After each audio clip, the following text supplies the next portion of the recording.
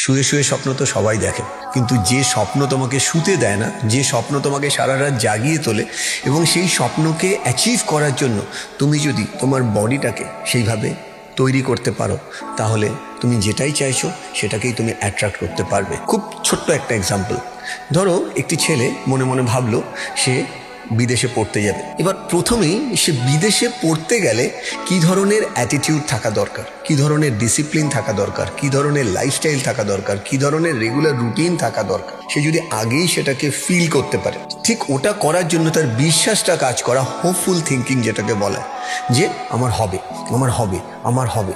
আর এই হবে future tense থেকে আমার হচ্ছেতে চলে আসতে হবে। আমি যদি প্রত্যেকটা সময় সেই বিহেভিয়ারাল প্যাটার্নটা ইনস্টল করতে পারি মোবাইলের সফটওয়্যারের মধ্যে, আর সেটাকে রোজ যদি আমি ভাবতে পারি, তখন আমার বডি সেইভাবে বিহেভ করবে। এটা যে কেউ যেখানে দাঁড়িয়ে আছেন আপনারা প্র্যাকটিস করে দেখতে পারেন। তুমি যেটা ভাববে তুমি সেটাই দেখবে। তার মানে তোমার ভিজুয়ালাইজেশন অ্যাকচুয়াল পারসেপশনের দ্বারা তোমাকে রিয়েলিটির সাথে কানেক্ট করা। অ্যাকচুয়াল রিয়েলিটি আমরা কেউ দেখছি না।